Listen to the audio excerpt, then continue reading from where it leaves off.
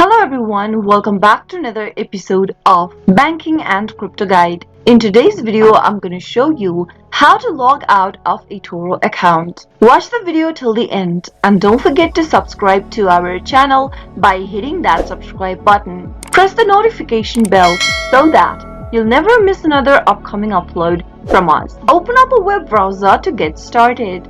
In the web address bar, type in eToro.com and press enter to end up in the official site of eToro. Here I have my eToro account opened up. To log out of your account, you can simply scroll all the way down from the left hand side of the screen and you should see a log out button.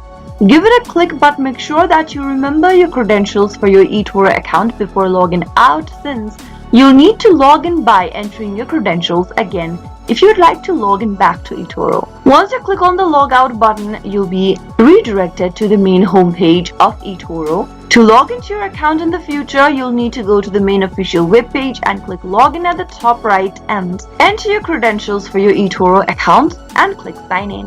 That is how you'll be able to log out or sign out of eToro.com. I hope the tutorial was helpful to you. If it was, go ahead and give us a thumbs up. I'll be back soon with more videos like this. Thank you for watching.